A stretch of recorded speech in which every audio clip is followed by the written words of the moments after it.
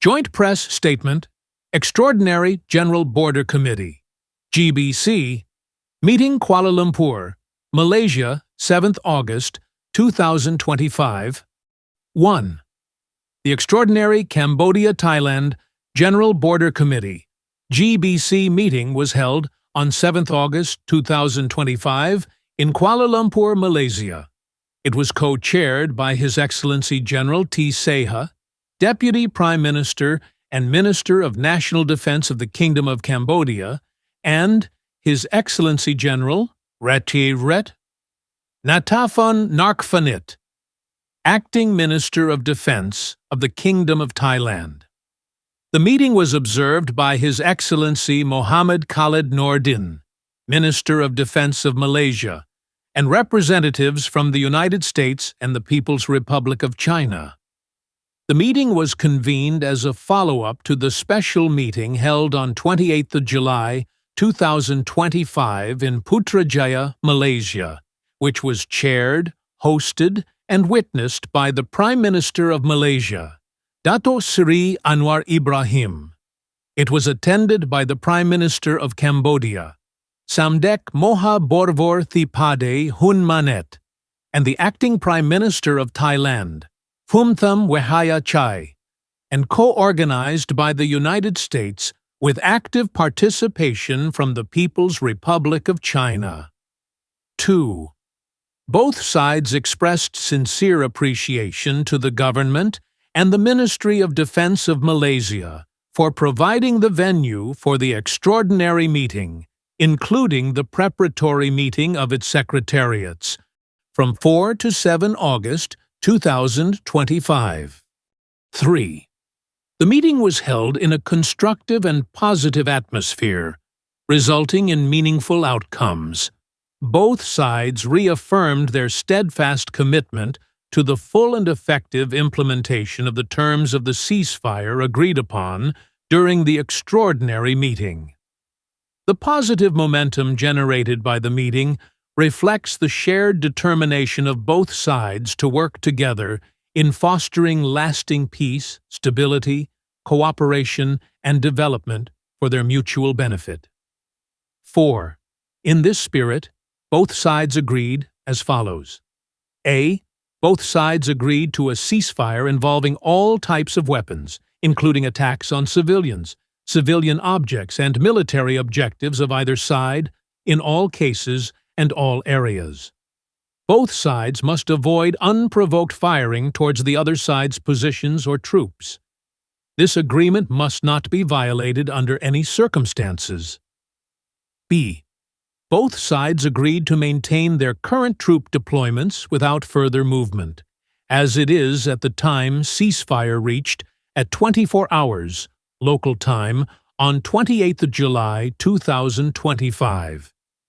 There shall be no troop movements including patrol towards the other side's position. C.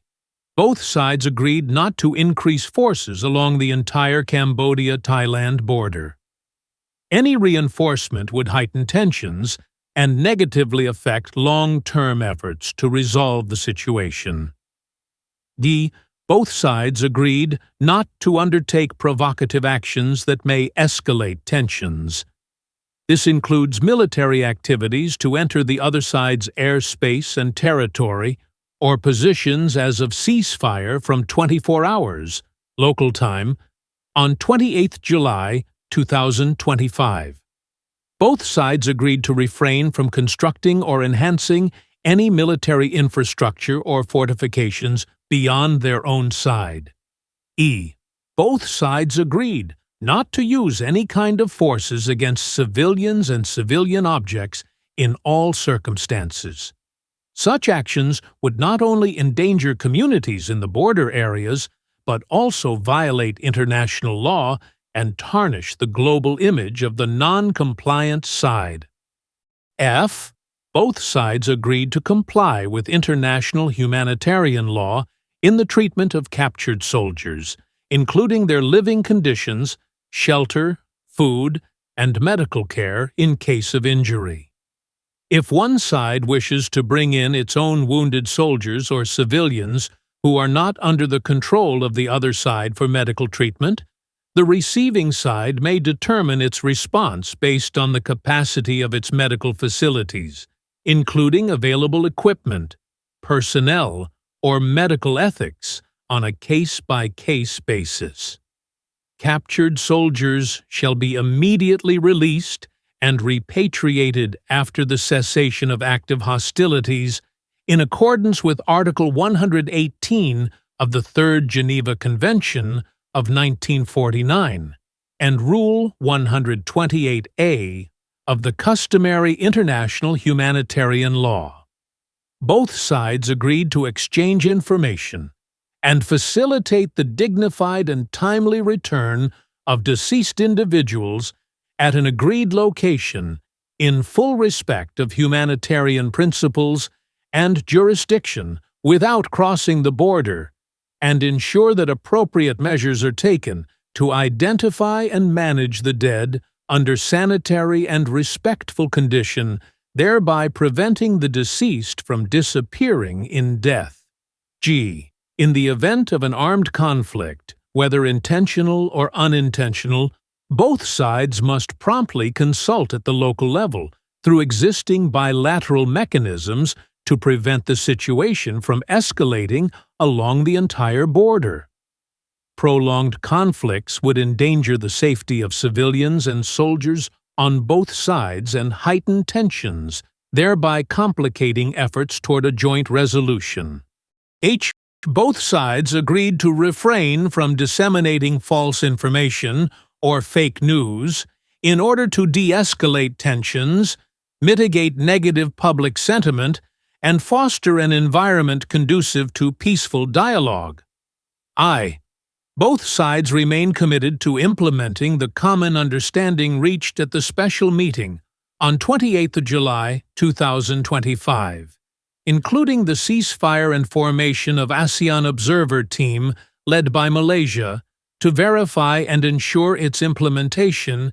J. Both sides agreed to assign the respective RBCs to carry out the implementation of the ceasefire coordinated and observed by ASEAN Observer Team led by Malaysia.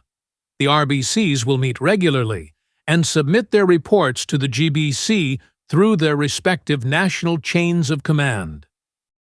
K. Both sides agreed that, pending the ASEAN Observer Team led by Malaysia, as agreed upon by both sides in Putrajaya, on 28 July 2025, the Interim Observer Team, IOT, comprising defense attachés of ASEAN member states accredited to Cambodia or Thailand and led by the Malaysian defense attaché, will be established separately and independently in each country, Cambodia and Thailand, to observe, on each side, the implementation of the ceasefire on a regular basis.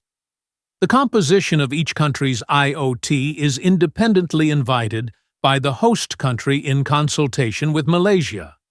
The IOT will operate without crossing the border and will work in close coordination and consultation with the RBCs and GBC of each country. 1.